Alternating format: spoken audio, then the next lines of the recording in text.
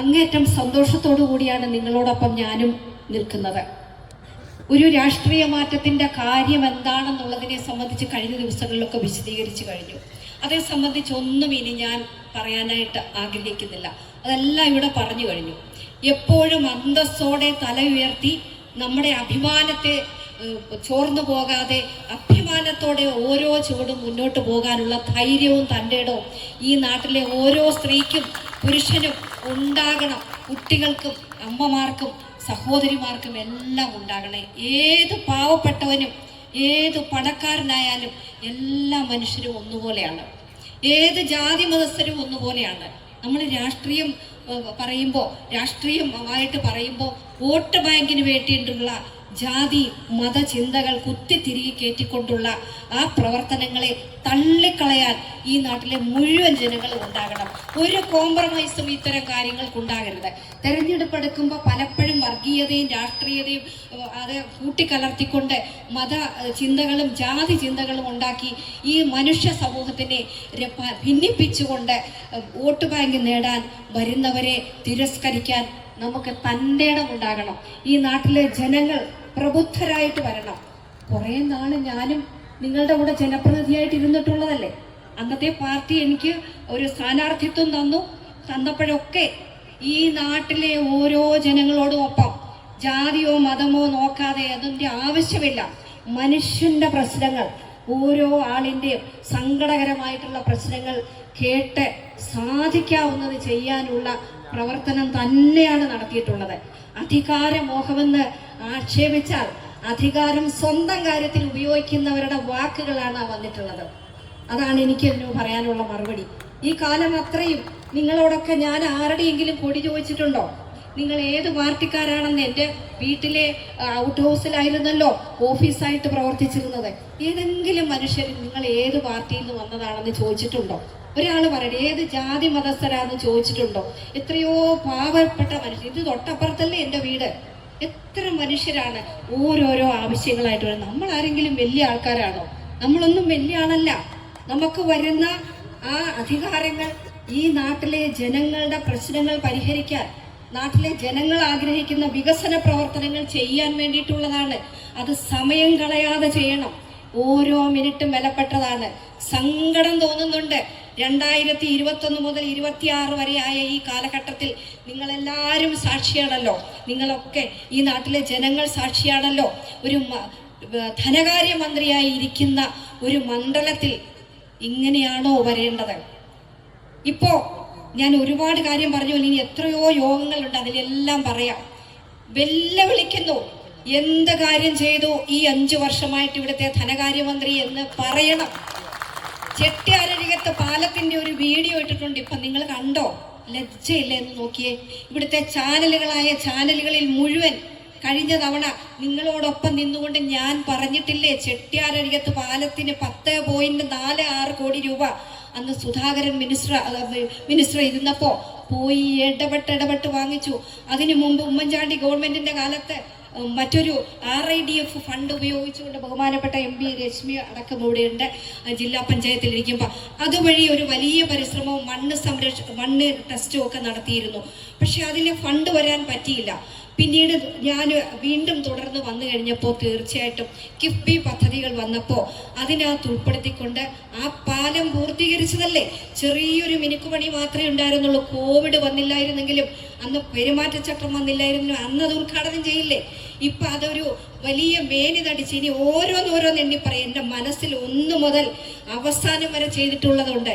ഇത് വെറുതെ അല്ല, ഹാർഡ് വർക്ക് ചെയ്തിട്ടുണ്ടാക്കിയ കാര്യങ്ങളാണ്. ഞാൻ അക്കാഡമിക് ജീനിയസ് ഒന്നുമല്ല. ഞാൻ നിയമബിരുദാനന്തര ബിരുദം എടുത്തിട്ടുള്ളൊരു ചെറിയ ആളാണ്. അദ്ദേഹവും അത് തന്നെയായിരിക്കാം. ഞാൻ എന്തുകൊണ്ടാണ് ഇത് പറയുന്നതെന്ന് കൂടുതൽ വിശദീകരിക്കേണ്ടതില്ല. തീർച്ചയായിട്ടും നല്ല ഇടപെടലിലൂടെ ഏത് അധികാരം വന്നാലും സമയബന്ധിതമായിട്ട് മനുഷ്യന് നാട്ടിലേക്ക് ആവശ്യമുള്ള കാര്യങ്ങൾ എത്തിക്കണം. എനിക്കിപ്പോൾ ചിലപ്പോൾ തോന്നാറുണ്ട്, ഇവിടെ മുതുകാടിൻ്റെ വലിയ മാജിക് വല്ലതും നടക്കുന്നുണ്ടോ എന്ന്. എന്തെന്നറിയോ, നേരത്തെ ആരോ ഇവിടെ സൂചിപ്പിച്ചല്ലോ, ഇവിടെ ബസ് സ്റ്റാൻഡ് വരുന്നു എന്ന്. ഇവിടുത്തെ ഒരു കൗൺസിലറുടെ ഉൾപ്പെടെ ഉള്ള വീഡിയോ നിങ്ങളൊന്ന് നോക്കിക്കോ. ഇവിടുത്തെ മീഡിയയിൽ കൂടെ വരുന്നുണ്ട്, കാണുന്നുണ്ട്. ഞാനും വിചാരിച്ചടാ, ഈ ഒരു 1-2 മാസം കൊണ്ട് എങ്ങനെയാ എയർപോർട്ട് പോലെ ഒരു ബസ് സ്റ്റാൻഡ് ആക്കുക എന്ന്. നിങ്ങൾക്കറിയാമോ, ഞാൻ കഴിഞ്ഞ തവണ, അതായത് കഴിഞ്ഞ സർക്കാരിന്റെ കാലത്ത് ജയിച്ചു വന്നപ്പോൾ ഈ കിഫ്ബി പദ്ധതികളൊക്കെ വന്നപ്പോൾ ഇവിടെ മുനിസിപ്പാലിറ്റി ആയത് UDF ഗവൺമെന്റിന്റെ കാലത്താണ്. അന്ന് ഞാൻ MLA ആയിരുന്നു. ഇവിടെ മുനിസിപ്പാലിറ്റി ആക്കി. ആ മുനിസിപ്പാലിറ്റിക്ക് വേണ്ട എല്ലാ ക്രമീകരണങ്ങളും ചെയ്യാൻ ടൗൺ പ്ലാനറെ കൊണ്ട് അതിമനോഹരമായിട്ടുള്ള ഒരു ഡിസൈൻ എല്ലാം തയ്യാറാക്കിച്ചു. പക്ഷേ ദൗർഭാഗ്യകരം പറയട്ടെ, ഇവിടുത്തെ മുനിസിപ്പാലിറ്റി അതിന് മുൻകൈ എടുത്തില്ല. ആ ഇറിഗേഷൻ വകുപ്പിന്റെ 5 ഏക്കർ സ്ഥലമുണ്ട്. ഞാൻ കാണാപ്പാടം പറഞ്ഞുതരാം. ഹാർഡ് വർക്ക് ചെയ്ത് പഠിച്ച കാര്യങ്ങളായതൊക്കെ. ഒരു ജനപ്രതിനിധിയായിട്ടിരുന്ന് ചുമ്മാ ഇരുന്നാൽ പോരാ, ഓരോ മേഖലകളും അറിയാൻ വയ്യെങ്കിൽ ആദ്യം മുതൽ കണ്ടും കേട്ടും പഠിച്ച് ചോദിച്ച് മനസ്സിലാക്കണം. അവിടെ ഒരു 3 ഏക്കർ വിട്ടുതരാൻ വേണ്ടി പിറകെ പോയതാണ്. പിറകെ പോയി. പക്ഷെ ഞാനൊരു MLA മാത്രമായിരുന്നു. മന്ത്രിയായപ്പം എളുപ്പമല്ലേ. അദ്ദേഹം വന്നിട്ടിപ്പോ 1.5 വർഷം മുമ്പ് എന്തോ അത് മാറ്റി കിട്ടി. പക്ഷെ ഇങ്ങനെ പ്രസംഗിച്ചിട്ട് വലിയ തോതിൽ ഫ്ലക്സ് വെച്ചിട്ട് ഇത് അനുവദിച്ചു. ഈ ഗണപതി ക്ഷേത്രത്തിന്റെ അവിടെ 5 കോടിയുടെ ഫ്ലക്സ് ഇരുന്നിട്ട് എത്ര നാളായെന്നറിയോ? എത്ര കോടി രൂപയുടെ ഉണ്ടെന്നറിയോ? ടൂറിസം വകുപ്പുമായി ബന്ധപ്പെട്ട് പിൽഗ്രിം ടൂറിസം ആക്കാൻ വേണ്ടിയിട്ടുള്ള നിരവധി കാര്യങ്ങൾ ചെയ്യാൻ പാടില്ലേ? എത്ര അധികാരമാണുള്ളത്? ചുറ്റുവട്ടത്ത് ഒരുപാട് പേർ കൂടി നിന്നാൽ ജനങ്ങൾക്ക് നേരിട്ട് കാണാൻ കഴിയില്ല. നമ്മളൊക്കെ മനുഷ്യർക്ക് വേണ്ടിയാണ് ചെയ്യുന്നത്. ഈ നാട്ടിലെ ജനങ്ങളല്ലേ വലുത്. അതിനകത്ത് രാഷ്ട്രീയം നോക്കേണ്ടതില്ല. ഏത് മനുഷ്യന്റെ പ്രയാസങ്ങൾ വന്നാൽ ഈ ട്രാഫിക് ബ്ലോക്ക് ഒഴിവാക്കാൻ എന്ത് പ്രയാസപ്പെട്ടിട്ടാണ് 59.46 കോടി രൂപ അനുവദിപ്പിച്ച് എല്ലാ ക്രമീകരണങ്ങളും നടത്തി ചെറിയൊരു ദൂരം കടക്കാർക്ക് ബുദ്ധിമുട്ടില്ലാതെ ഇപ്പം വെഞ്ഞാറമൂട് പണിയുന്നുണ്ട്. അതിന്റെ താഴെയെല്ലാം പാർക്കിംഗ് പറ്റും. കടകളിൽ കയറേണ്ടവർക്ക് അവർക്കിടാം.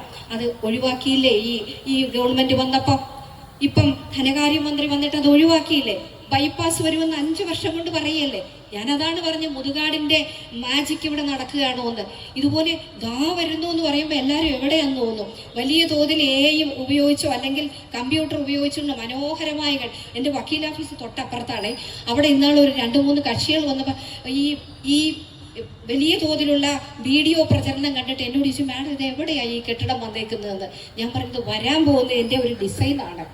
ഇപ്പൊ വരുന്നു എന്ന് പറഞ്ഞാലേ നടക്കണ്ടേ? ഞാൻ പറയട്ടെ, ആദ്യത്തെ 5 വർഷം ഞാൻ ആദ്യമായിട്ട് MLA ആയി. ഞാൻ തോപ്പിച്ചെന്ന് ഞാൻ പറയില്ല. ബാലകൃഷ്ണപിള്ള സാറിന് ഈ നാട്ടിലെ ജനങ്ങളാ തോപ്പിച്ചത്. ഞാൻ അതിനൊരാളായി എന്നുള്ളതേ ഉള്ളൂ. ജയിച്ചു വന്നപ്പോൾ ആദ്യം എന്താ ചെയ്തത്? ഞാൻ ദീർഘകാലം പ്രാക്ടീസ് ചെയ്ത കോടതികൾക്ക് കെട്ടിടം ഉണ്ടാക്കണം എന്ന് വിചാരിച്ചു. എൻ്റെ ഫസ്റ്റ് സബ്മിഷനായിരുന്നു. ആ 5 വർഷത്തിൽ ഇറങ്ങിപ്പോകുന്നതിന് മുമ്പ് അന്നത്തെ 5.25 കോടി രൂപയുടെ 5 നില കെട്ടിടം പൂർത്തീകരിച്ചു. ഇന്ന് എത്ര ജില്ലാ കോടതി അവിടെ വന്നു. വക്കീലന്മാർക്കും കക്ഷികൾക്കും ദൂരെ പോകാതിരിക്കാം.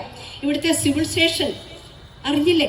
അത് എത്ര മനോഹരമായിട്ട് തല ഉയർത്തി നിൽക്കുമ്പോൾ അഭിമാനത്തോടെ കാണാൻ കഴിയും. എന്ത് ഹാർഡ് വർക്ക് ചെയ്തെന്ന് ആലോചിച്ച് നോക്കിയേ. ആദ്യത്തെ ടേണിൽ 5 വർഷം കൊണ്ട് അവിടുത്തെ സകലമാന താലൂക്ക് ഓഫീസ് ഉൾപ്പെടെയുള്ളത് മാറ്റി സ്ഥാപിക്കുക എന്നുള്ള ഏറ്റവും വലിയ കഠിനമായ പ്രവർത്തനമാണ് ചെയ്തത്. എല്ലാവരെയും ചേർത്തുകൊണ്ട് അതെല്ലാം ആക്കി സൈറ്റ് ക്ലിയർ ചെയ്തു. കോടതി സമുച്ചയത്തിന് ഞാൻ ദീർഘിപ്പിച്ചു പോവുകയല്ല. ഇങ്ങനെ ഓരോന്നോരോന്നും എനിക്ക് എവിടെ എഴുതി വെക്കണ്ട, എണ്ണി അതിൻ്റെ എമൗണ്ട് അടക്കം പറയാൻ എനിക്കറിയാം. ഈ നാട് തന്ന സ്നേഹമാണത്. കക്ഷി രാഷ്ട്രീയത്തിന് അതീതമായി എല്ലാവരും ചേർന്ന് തന്നെ ശക്തിപ്പെടുത്തിയതാണ്. പക്ഷെ ഞാൻ ചെയ്യേണ്ട ജോലി ഞാൻ ചെയ്താലേ പറ്റുള്ളൂ. ആ ജോലി എനിക്ക് ധൈര്യമായിട്ട് നിങ്ങളോട് പറയാം. ഇപ്പോൾ ബാലകൃഷ്ണപിള്ള സാറൊക്കെ എത്രയോ വർഷം ഇവിടെ മന്ത്രിയായിട്ടും ഒക്കെ ഇരുന്നു. ഞാൻ അങ്ങനെയൊന്നുമില്ല. നിങ്ങൾ ജയിപ്പിച്ചതെന്താ? ആ പദവിയിൽ ഇരുന്നു കൊണ്ട് ഫസ്റ്റ് ടേണിൽ തന്നെ ഇവിടെ ഒരു ഫയർഫോഴ്സ് ഉണ്ടായിരുന്നില്ല ഈ കൊട്ടാരക്കര മണ്ഡലത്തിൽ, അറിയാവോ? അത് കൊണ്ടുവന്നില്ലേ? ഷോപ്പിംഗ് കോംപ്ലക്സ് ആ ബസ് സ്റ്റാൻഡിലെ. അപ്പൊ എല്ലാവരും ആദ്യമൊക്കെ ഇത് വരാൻ പോകുന്നുണ്ടോ എന്ന് കളിയാക്കിയവർ തന്നെ അതിൻ്റെ ഉദ്ഘാടനത്തിന് വന്നു. അന്ന് VS സർക്കാരിൻ്റെ കാലത്ത് മുഖ്യമന്ത്രി തന്നെ വന്നത് ഉദ്ഘാടനം ചെയ്ത് പ്രവർത്തനം ആരംഭിച്ചു. ഇങ്ങനെ എത്ര കാര്യങ്ങൾ. സ്കൂൾ കെട്ടിടം, ബോയ്സ് ഹൈസ്കൂളിൻ്റെ കെട്ടിടത്തിൻ്റെ ഒരു മൾട്ടി സ്റ്റോറിഡ് ബിൽഡിംഗ് അന്ന് പണിഞ്ഞു. ഇങ്ങനെ പുത്തൂര് എല്ലായിടത്തും, കൊളക്കട, പല സ്ഥലങ്ങളിലും ടൂറിസം പദ്ധതി ഉമ്മൻചാണ്ടി ഗവൺമെന്റ് എന്നോട് മന്ത്രി പറഞ്ഞിട്ടുണ്ട്, സോഷ്യൽ മീഡിയയിൽ കൂടെ പറഞ്ഞു, ഐഷ പോറ്റി പറയണം LDF ഗവൺമെന്റ് വന്നപ്പോഴല്ലാതെ എന്തിവിടെ ചെയ്തു എന്ന്. എത്ര കാര്യങ്ങൾ പറഞ്ഞു തരാമെന്ന് അറിയട്ടെ. റൂറൽ SP ഓഫീസ് ആദ്യ ടേണിൽ കേരളത്തിൽ 2 എണ്ണം അനുവദിച്ചപ്പോൾ തൃശ്ശൂരും കൊല്ലത്തും വന്നപ്പോൾ അത് കൊട്ടാരക്കര കൊണ്ടുവന്നു. പറയണം, ഇവിടെ ഒരു വിജിലൻസ് കോടതി വന്നിട്ട് കൊട്ടാരക്കരയ്ക്ക് അനുവദിച്ചത് കൊല്ലത്തിന് പോയി. ഇപ്പം ആലോചിച്ചോണം. അപ്പൊ ആ റൂറൽ SP ഓഫീസിനെ അനുവദിച്ചു കഴിഞ്ഞു. ആ കാലാവധി കഴിഞ്ഞു. 2011 അനുവദിച്ചു. അദ്ദേഹം വന്ന് നമ്മൾ ഇവിടെ ഫംഗ്ഷൻ തുടങ്ങി. പക്ഷെ അതിന് സ്വന്തമായിട്ട് സ്ഥലം വേണം. അതിന് KIPയുടെ 3 ഏക്കർ 10 സെന്റ് സ്ഥലം വിട്ടുതരാനുള്ള എല്ലാ നടപടികളും സ്വീകരിച്ചത് ഉമ്മൻചാണ്ടി ഗവൺമെന്റിന്റെ കാലത്ത്. അന്ന് രമേശ് ചെന്നിത്തല അദ്ദേഹം ആഭ്യന്തരമന്ത്രിയായിരുന്നപ്പോൾ ആ രേഖ പരിശോധിച്ചാൽ അറിയാം. അത്രയും സാർ എന്ത് പാടുപെട്ടെന്നറിയോ. മുൻ MLA രാഘവൻ സഖാവിന്റെ ചേട്ടൻ അടക്കമുള്ളവരെ ക്വാർട്ടേഴ്സിൽ നിന്നെല്ലാം ഒഴിപ്പിക്കണം.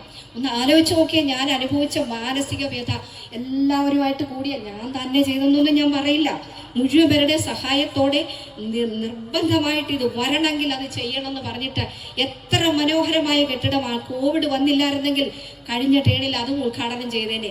ഏറ്റവും മോഡലായിട്ട് സിവിൽ സ്റ്റേഷൻ 4,65,000 ലിറ്റർ മഴവെള്ള സംഭരണി ഇവിടെയുണ്ട്. നിങ്ങൾക്കറിയാമോ അതെവിടെയാന്ന്?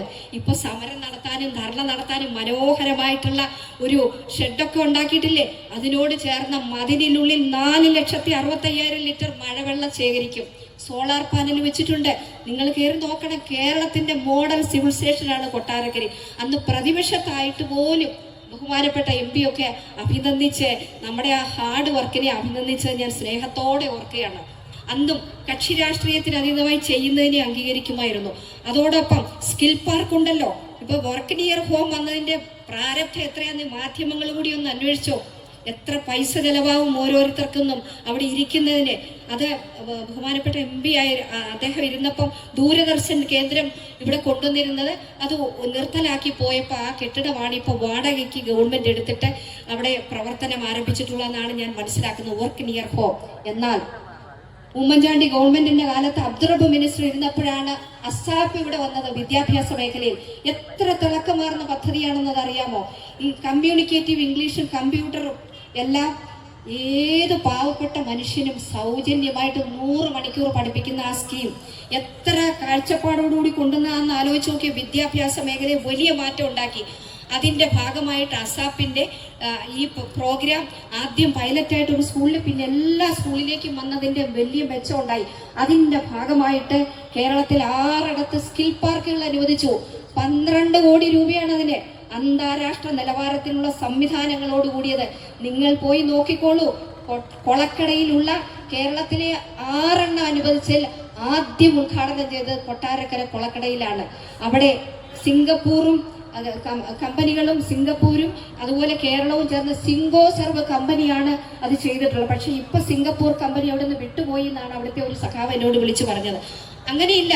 അമേരിക്കക്കാർക്ക് വരാം, US നിന്ന് വരാം, അതുപോലെ ബ്രിട്ടനിൽ നിന്ന് വരാം, ജർമ്മനിയിൽ നിന്ന് വരാം. ഏത് രാജ്യങ്ങളിലുള്ള ഏത് കമ്പനിക്കാർക്കും നമ്മുടെ ഈ സ്കിൽ പാർക്ക് ഉപയോഗിക്കാം. അതാണ് അതിന്റെ ലക്ഷ്യം. കഴിഞ്ഞ ഗവൺമെന്റിന്റെ കാലത്ത് തന്നെ ആദ്യം ഉമ്മൻചാണ്ടി ഗവൺമെന്റിന്റെ കാലത്ത് അത് അനുവദിച്ചു. അതിന്റെ സൈറ്റ് ക്ലിയറൻസ് ഒക്കെ ആയി വന്നു. കെട്ടിടങ്ങൾ പൊളിച്ചു മാറ്റണം, അതെല്ലാം വിദ്യാഭ്യാസ വകുപ്പിന്റെ സ്ഥലം. ആ സൈറ്റ് ക്ലിയറൻസ് കൂടാതെ നിങ്ങൾ ആലോചിച്ച് നോക്കിയാൽ ഇന്നായിരുന്നു അതെങ്കിൽ ഇത് ഈ കാലത്തെങ്ങാൻ നടക്കും. 2 കേസാണ് നിരോധനം വന്നത്. അഭിഭാഷകയായിട്ട് ദീർഘവർഷം ഇരുന്നിട്ടുള്ള അനുഭവം കൂടി ഉള്ളതുകൊണ്ട് ആ 2 കേസുകളും ഇവിടെ ADM-നെ ഉൾപ്പെടെയും വിദ്യാഭ്യാസ വകുപ്പിന്റെ ആ സെക്രട്ടറിയെ ഉൾപ്പെടെ വിളിച്ചു വരുത്തി സിവിൽ സ്റ്റേഷനിൽ ഇരുത്തി സംസാരിച്ച് സോൾവ് ചെയ്തു. അങ്ങനെയാണ് അവിടെ പണി തുടങ്ങിയത്. പണി തുടങ്ങാൻ സമ്മതിക്കാതിരുന്നു. അതെല്ലാം യുദ്ധകാലാടിസ്ഥാനത്തിൽ പൂർത്തീകരിച്ചു. നിങ്ങൾ പോയി നോക്കിക്കോ. ഞാനിവിടെ വെറുതെ വാചകം അടിക്കുകയല്ല. അവിടുത്തെ സംവിധാനങ്ങൾ എന്താണ്? ഏറ്റവും മോഡേൺ ആയിട്ടുള്ള എല്ലാ ഫെസിലിറ്റീസും അവിടെ ഉണ്ട്. പക്ഷെ അത് താഴേക്ക് പോകുന്നുണ്ടോ എന്ന് എനിക്ക് സംശയമുണ്ട്. ഇപ്പൊ അമേരിക്കൻ കമ്പനിക്ക് റിട്ടേൺ കൊടുക്കാൻ ഇവിടെ ഇരുന്ന് ജോലി ചെയ്യാൻ കുറെ പേർക്ക് കൊടുത്തിട്ടുണ്ട്. ഇതിനേക്കാൾ ഉപരി ഞാൻ ഇരുന്ന സമയം ഇറങ്ങുന്നതിന് മുമ്പ് തന്നെ എത്രയോ പേര് ക്യാമ്പസ് സെലക്ഷൻ കിട്ടിപ്പോയി. വിവിധങ്ങളായിട്ടുള്ള കോഴ്സുകൾ അവിടെ. ചെറിയ ഫീസുണ്ട്, പക്ഷേ സൗജന്യമാണ് SC ST വിഭാഗത്തിലുള്ളവർക്ക്. അതുപോലെ BPL-കാർക്ക് കൺസെഷൻ ഉണ്ട്. അത് എല്ലാം വെച്ചിട്ട് നല്ല രീതിയിൽ പഠിച്ച് അവരുടെ കുട്ടികളുടെ സ്കിൽ ഡെവലപ്പ് ചെയ്തിട്ട് അവർക്ക് പ്ലേസ്മെന്റ് ആകുക. ഈ സിവിൽ സ്റ്റേഷനിലുണ്ട് career development centre, skill park കൂടാതെ. അതും വന്ന് TP രാമകൃഷ്ണൻ മന്ത്രിയായിരുന്നപ്പം ഉദ്ഘാടനത്തിന്റെ ഡേറ്റ് തന്നപ്പോൾ എന്തോ കാര്യത മാറ്റി വെച്ചപ്പോൾ ഞങ്ങൾ ഇറങ്ങിയിട്ടാണ് വന്നത്. അത് ബഹുമാനപ്പെട്ട ബാലഗോപാൽ മന്ത്രി വന്നു കഴിഞ്ഞിട്ടാണ് അതിന്റെ ഉദ്ഘാടനം. പക്ഷെ അന്നേ അത് പൂർത്തീകരിച്ചു. അവിടെ നിന്നിട്ട് സൗജന്യമായിട്ട് 5 പൈസ ഇല്ലാതെ കുട്ടികൾക്ക് ട്രെയിനിങ് കൊടുത്തിട്ട് കമ്പനികളെ വിളിച്ചു വരുത്തിയിട്ട് അവർക്ക് ക്യാമ്പസ് സെലക്ഷൻ കിട്ടി. ഇപ്പോൾ എത്രയോ പേര് പോയിരിക്കുന്നു. ഇതൊന്നും ഞാൻ പറഞ്ഞിട്ടില്ല. ഇനി ഞാൻ കൂടുതൽ നീട്ടുകയല്ല. ഒരു PR വർക്കും എനിക്ക് ഉണ്ടായിരുന്നില്ല. ഞാനൊരു പണക്കാരിയല്ല. എനിക്ക് എൻ്റെ കുടുംബത്തിൽ നിന്ന് കിട്ടിയ സ്വത്ത് നിങ്ങൾ നോക്കി ഒരു ഓടിട്ട പഴയ 130 വർഷത്തിലധികം 1900-ന് മുമ്പുള്ളൊരു വീട് ഞങ്ങൾക്ക് വീട്ടുകാർ വാങ്ങിച്ചു തന്നിടത്താണ് ഞാൻ താമസിക്കുന്നത്. ഇന്നും അങ്ങനെയാണ്. അത് സ്വത്തുക്കളൊന്നുമില്ല, കുറച്ച് കുടുംബ സ്വത്തൊക്കെ ഉണ്ട്, ഏൺ ചെയ്യാനുള്ള സമ്പാദ്യങ്ങളില്ല. പക്ഷെ എനിക്ക് മനുഷ്യന്റെ കുറേ സ്നേഹമാണ് എനിക്ക് സമ്പാദ്യമായിട്ടുള്ളത്. ഇതാണ് നമുക്ക് ചെയ്യാൻ കഴിയുക. തീർച്ചയായിട്ടും ഒരുപാട് കാര്യങ്ങൾ ചെയ്യാൻ കഴിയണം. സുതാര്യമായിരിക്കണം ഏത് കാര്യങ്ങളും. നിങ്ങൾക്കൊക്കെ എന്ത് വേണേലും പരിശോധിക്കാം, ഞങ്ങളെ പറ്റിയൊക്കെ എത്ര വേണേലും പരിശോധിക്കാം. ഒന്നുമേ ഇല്ല, പറയാനൊരു കുറ്റവും ഇല്ലാത്ത. ദീർഘിപ്പിക്കാത്തതുകൊണ്ടാണ് പെട്ടെന്ന് ഷോർട്ട് കട്ട് ചെയ്ത് കേട്ടോ. സമയം വളരെയായി. ഇനി പറയാനായിട്ടുള്ള ആവശ്യങ്ങളൊക്കെ ഉള്ള കാര്യങ്ങളെല്ലാം ഉണ്ട് എന്നുള്ളത് കൊണ്ടാണ്. ഒരു കാര്യം ഞാൻ പറയുകയാണ്, എന്നെ കേട്ടുകൊണ്ടിരിക്കുന്ന കോൺഗ്രസിന്റെ പ്രവർത്തകരും നേതാക്കളും, ഞാൻ നേതാക്കളുടെ കാര്യമല്ല പറയുന്നത്, അവരെപ്പോഴും വളരെ എന്നേക്കാൾ നന്നായിട്ട് പറയുന്നവരാ. ഇവിടെയുള്ള ഓരോ മനുഷ്യരോടും ഓരോ പ്രവർത്തകരോടും എനിക്ക് അഭ്യർത്ഥിക്കുവാനായിട്ടുള്ളത്, ഈ വരുന്ന സമയം, ചുരുങ്ങിയ സമയമേ ഉള്ളൂ, സമയം കളയാതെ ജനങ്ങളിലേക്ക് ഇറങ്ങിച്ചെന്ന് അമിത ആത്മവിശ്വാസം ഒന്നുമല്ലാതെ വളരെ ഹാർഡ് വർക്ക് ചെയ്തുകൊണ്ട് ജനമനസ്സുകളിലേക്ക് ഇറങ്ങിച്ചെന്ന് ഈ യഥാർത്ഥ കാര്യങ്ങൾ പറഞ്ഞ് മനസ്സിലാക്കിക്കൊണ്ട് UDFന്റെ നേതൃത്വത്തിലുള്ള ശക്തമായ ഒരു ഗവൺമെന്റ് കേരളത്തിൽ ഉണ്ടാകാൻ, ഏറ്റവും കൂടുതൽ സീറ്റ് വാങ്ങിച്ച് 100-ലധികം സീറ്റ് വാങ്ങിച്ചുകൊണ്ട് നല്ലൊരു ഭരണമുണ്ടാകാൻ ഉള്ള പ്രവർത്തനങ്ങൾ നടത്തണം. വീടാന്തരം ഞാനും പണ്ട് പോയിട്ടുള്ളതാണ് ഭവന സന്ദർശനം. അവിടെ പോയിട്ട് കാര്യങ്ങൾ പറഞ്ഞ് മനസ്സിലാക്കിയിട്ട് ഈ മാജിക്കുകൾ കണ്ണ് കെട്ടിച്ച് കളയരുത്, കണ്ണു തുറന്നു നോക്കണേ എന്ന് പറഞ്ഞു കൊടുത്തുകൊണ്ട് ജാതിയും മതവും പറഞ്ഞ് ഭിന്നിപ്പിക്കാൻ വരുന്നവരോട് നോ കോംപ്രമൈസ് എന്ന് പറയാനുള്ള തൻ്റെ ഇടം നമുക്കുണ്ടാകണം. എല്ലാ മനുഷ്യരും ഒരുപോലെയാണ് ഏത് സാഹചര്യത്തിലും. അപ്പം അവരെയൊക്കെ ചേർത്ത് നിർത്തി, സ്ത്രീകളെ ചേർത്ത് നിർത്തി, ചെറുപ്പക്കാരുടെ നല്ല ഐഡിയാസൊക്കെ ചേർത്ത് വെച്ചുകൊണ്ട് ഏറ്റവും നല്ല രീതിയിലുള്ളൊരു പ്രവർത്തനവും നല്ലൊരു ഗവൺമെൻറ്റും വരണം. അതിന് നമുക്ക് എല്ലാ നല്ല എക്സ്പീരിയൻസ് ഉള്ളവർ വേണം, അതുപോലെ ചെറുപ്പക്കാർ വേണം, കുട്ടികൾ വേണം, സ്ത്രീകൾ വേണം, എല്ലാ വിഭാഗ ജനങ്ങൾ വേണം. താഴെത്തട്ടിലെ കഷ്ടപ്പെടുന്നവരുടെ അനുഭവങ്ങൾ പഠിക്കണം. ആ തരത്തിൽ പഠിച്ച് മനസ്സിലാക്കിയിട്ട് കഴിയാവുന്നത് വലിയ അത്ഭുതങ്ങളെന്നല്ല, മനുഷ്യ സാധ്യമായതെല്ലാം ചെയ്യാനുള്ള പ്രവർത്തനങ്ങളും ഏറ്റവും നല്ലൊരു മികച്ച ഗവൺമെന്റും ഈ വാചകങ്ങളിലൂടെയും കണ്ടമാനം പണം ചെലവാക്കി വലിയ 100 കോടിയുടെ ബസ്സും ഒക്കെ വാങ്ങിക്കൊണ്ടോ അല്ലെങ്കിൽ ഒരുപാട് പണം ചെലവാക്കിക്കൊണ്ട് യാത്ര നടത്തിക്കൊണ്ടും പിന്നെ ചെടിച്ചട്ടി എടുത്ത് അടിച്ച് രക്ഷിക്കാതെയും ഒക്കെ നമുക്ക് ഒരുപാട് കാര്യങ്ങൾ ചെയ്യണം. പിന്നെ ഇന്നലത്തെ ബഡ്ജറ്റില് ഞാൻ കണ്ടിരുന്നു, ഇവിടെ നേരത്തെ സൂചിപ്പിച്ചു പോലെ ഡ്രോൺ പാർക്കും ഹെലിപ്പാഡും ഒക്കെ വരും, നല്ല കാര്യമാണ്. പക്ഷെ അതോടൊപ്പം കഠിനാധ്വാനം ചെയ്ത 90 കോടി രൂപ ഇവിടുത്തെ താലൂക്ക് ആശുപത്രിക്ക് അനുവദിപ്പിച്ചത് കഴിഞ്ഞ ഗവൺമെന്റ് കാലത്ത് ശൈലജ ടീച്ചറിന്റെയും അന്നത്തെ ഇപ്പോഴത്തെ മുഖ്യമന്ത്രി എല്ലാം പോയി കണ്ട് മുനിസിപ്പാലിറ്റി കൊടുത്തത് തള്ളിയപ്പോൾ ഞാൻ വേറെ തയ്യാറാക്കി കൊണ്ടുപോയി അവിടെ കൊടുത്ത് MLA ക്വാർട്ടേഴ്സിൽ 3 മണിക്കൂറിലധികം KSEBയുടെ എഞ്ചിനീയറോട് സംസാരിച്ച് ഡിസൈൻ കറക്റ്റ് ആക്കിയിട്ടാണ് ആ താലൂക്ക് ആശുപത്രി ബ്രിട്ടീഷ് മോഡലിലാക്കണമെന്ന് പറഞ്ഞു. നിങ്ങൾ ആ ഓർഡർ എടുത്ത് നോക്കിയോ, അന്ന് മാധ്യമങ്ങൾക്ക് ഞാൻ കൊടുത്തതാണ്, അവരുടെ കയ്യിലെല്ലാം കാണുന്നത്. ബ്രിട്ടീഷ് മോഡലിലുള്ള സൗകര്യത്തോടെ 10 നില വാർഡ് ടവർ, ഒരു ഡയഗ്നോസ്റ്റിക് സെന്റർ, ഒരു അഡ്മിനിസ്ട്രേറ്റീവ് ബ്ലോക്ക് അന്നേ തീർന്നിരുന്നു. അപ്പോൾ ആ തീർന്നത് ഉദ്ഘാടനം ചെയ്തു, ബാക്കി അവിടെ പൊളിച്ചിട്ടേക്കുവാണേ. ഈ ഹെലിപ്പാഡ് വരുമ്പോഴ് ബാക്കിയുള്ള വലിയ മാജിക്കുകളെല്ലാം വന്ന് ഇങ്ങനെ മനുഷ്യന്റെ മനസ്സിലേക്ക് ദാ വരുന്നു എന്ന് പറഞ്ഞ് നമ്മളെ ഇങ്ങനെ ആവേശഭരിതരാക്കുമ്പോൾ കണ്ണീരോടെ കുറെ രോഗികൾ അവിടെ വരുന്നുണ്ടെന്നുള്ളത് മറക്കരുത്. ഒരുപാട് പേരുടെ പ്രയാസങ്ങളുണ്ട്. അതിന് ആശ്വാസകരമായിട്ടുള്ള നടപടി ഫാസ്റ്റായിട്ട് ചെയ്യാനുള്ള നടപടികൾ ഉണ്ടാകണം എന്നുള്ളതാണ്. റോഡുകൾ, കൊട്ടാരക്കര ശാസ്താംകോട്ട റോഡിന്റെ അവസ്ഥ BM ചെയ്ത് കഴിഞ്ഞായിരുന്നു ഇറങ്ങുമ്പോൾ 22 കോടിയുടെയാണത്. കൊട്ടാരക്കര ശാസ്താംകോട്ട റോഡ് അത് ഇന്നും അവിടെ കിടക്കുക. ഇപ്പൊ കുറേശ്ശെ 5 വർഷമായപ്പോൾ എല്ലാ റോഡും മിനുക്കുപണി ചെയ്യാൻ വന്നാൽ ഇലക്ഷൻ വരുമ്പോഴല്ല മനുഷ്യരോട് സ്നേഹം കാണിക്കേണ്ടത്, എപ്പോഴും സന്തോഷത്തോടെ ഇരിക്കാൻ കഴിയണം. കഷ്ടപ്പാടുള്ളവൻ വന്നാൽ എത്ര തിരക്കാണേലും ഒരു 2 മിനിറ്റ് അവർക്ക് വേണ്ടി പറയണം, എന്നാലേ നമുക്കൊരു സന്തോഷം ഉണ്ടാവുള്ളൂ. അപ്പോൾ ഈ വാചകങ്ങളല്ലാതെ പ്രവൃത്തിയിലൂടെ കാണിച്ചുകൊണ്ട് ഏറ്റവും വേഗത്തിൽ എല്ലാ കാര്യങ്ങളും ചെയ്യാനും മനുഷ്യനെ ഒന്നായി കാണാനുമുള്ള ഒരു സംവിധാനം നമുക്ക് ഉണ്ടാകണം. അതിനു വേണ്ടിയിട്ടുള്ള ഒറ്റക്കെട്ടായിട്ടുള്ള പ്രവർത്തനങ്ങൾ ഉണ്ടാകണം എന്നാണ് എനിക്ക് ഏറ്റവും സ്നേഹത്തോടെ മുഴുവൻ പേരോടും അഭ്യർത്ഥിക്കുവാനായിട്ടുള്ളത്. പോലീസുകാർക്ക് തലവേദന ഉണ്ടാക്കുന്ന തരത്തിൽ കേസെടുക്കാൻ പറയാതിരിക്കുക, അങ്ങനെയൊക്കെയുള്ള നിരവധി കാര്യങ്ങൾ അതെല്ലാം നമുക്ക് ചെയ്തു തീർക്കാനായിട്ടുണ്ട്. തീർച്ചയായിട്ടും വലിയൊരു വിജയം ഉണ്ടാകണം. ഏറ്റവും സ്നേഹത്തോടെ പറയട്ടെ, ഗണപതി ക്ഷേത്രത്തിന്റെ മുമ്പിലാണ് നമ്മൾ നിൽക്കുന്നത്. ഈശ്വരാധീനമാണ് എല്ലാത്തിനും. നിങ്ങൾ നൽകിയ സ്നേഹം അതെനിക്ക് മറുപടി പറയാൻ വാക്കുകളില്ല. സത്യമായിട്ടും ഈ നാട്ടിലെ ജനങ്ങൾ എല്ലാവരും ചേർന്ന് കോൺഗ്രസിന്റെ നേതൃത്വത്തിൽ ഈ നൽകിയ സ്വീകരണം ഏറ്റവും സ്നേഹത്തോടെ ഞാൻ ഓർക്കുന്നു. ഇത് എന്നിൽ കൂടുതൽ അർപ്പണ മനോഭാവം ഉണ്ടാകണം, കൂടുതൽ ഉത്തരവാദിത്വമാണ് എന്നിലേക്ക് തന്നിരിക്കുന്നതെന്നാണ് ഞാൻ വിചാരിച്ചിട്ടുള്ളത്. അതാണ് അതുകൊണ്ട് കൂടുതൽ ജാഗ്രതയോടെ നിങ്ങളോടൊപ്പം പ്രവർത്തിക്കാൻ, നിങ്ങളിൽ ഒരാളായി പ്രവർത്തിക്കാൻ, മനുഷ്യരോടൊപ്പം ജാതി മതത്തിന് അതീതമായി പ്രവർത്തിക്കാൻ ഞാനും ഒരാളായിട്ടുണ്ടാകുമെന്ന കാര്യത്തിൽ സംശയമില്ല. എൻ്റെ PR വർക്കുകളൊക്കെ ഈ നാട്ടിലെ ജനങ്ങളായിരുന്നു ചെയ്തിരുന്നത്. ഞാൻ പണക്കാരിയല്ല, എനിക്ക് പൈസയുമില്ല. ഈ മാധ്യമങ്ങൾ എന്നോട് ദേഷ്യപ്പെടാൻ ആരും സുഖിപ്പിക്കാൻ പറയുമല്ല. നിങ്ങൾ ആലോചിച്ച് നോക്കിയോ, പത്രങ്ങളിലും TV-യിലും ഈ മാധ്യമങ്ങളിൽ കൂടിയാണ് ഞാനൊക്കെ ചെയ്തിട്ടുള്ള പ്രവർത്തനങ്ങൾ വന്നിട്ടുള്ളത്. എനിക്കിങ്ങനെ എപ്പോഴും ഒരു കുറേ ആളെ വെച്ചിട്ടൊന്നും PR വർക്ക് ചെയ്യാൻ കഴിയുന്നില്ല. അതെല്ലാം ചെയ്തു തന്ന ഈ നാട്ടിലെ ജനങ്ങളാണ്, അതുപോലെ ഇവിടുത്തെ മീഡിയയാണ്. അവരോടൊക്കെയുള്ള നന്ദിയും പറയുന്നു. ഒരിക്കൽ കൂടി ഞാൻ ഇവിടെ കൂടിയിട്ടുള്ള എല്ലാവരോടും കോൺഗ്രസ് പാർട്ടി എനിക്ക് തരുന്ന സ്നേഹവും കരുതലും നല്ലപോലെ ഓർമ്മയുണ്ട്. ചിലർ കളിയാക്കി പറയും 4 ദിവസത്തേക്ക് ഉള്ളതെന്ന്. ഐഷാപ്പൊട്ടിക്ക് അതൊരു കാര്യമല്ലെന്ന് നിങ്ങൾ മനസ്സിലാക്കിയില്ലേ? എന്നെ ആരും കൂടുതൽ കരുതണമെന്നൊന്നുമല്ല, എനിക്കും അറിയാൻ കരുതാൻ. എല്ലാവരും എപ്പോഴും എല്ലാവരെയും കരുതിക്കോണമെന്നല്ല, നമ്മളെ കരുതാൻ കൂടെ പഠിക്കണം. അതുകൊണ്ട് ഒരിക്കൽ കൂടി പറയുന്നു, മുഴുവൻ പേർക്കും നിറഞ്ഞ സ്നേഹത്തോടെ അഭിവാദ്യങ്ങളും നന്ദിയും അർപ്പിച്ചുകൊണ്ട് എൻ്റെ വാക്കുകൾ ഉപസംഹരിക്കുന്നു. നമസ്കാരം.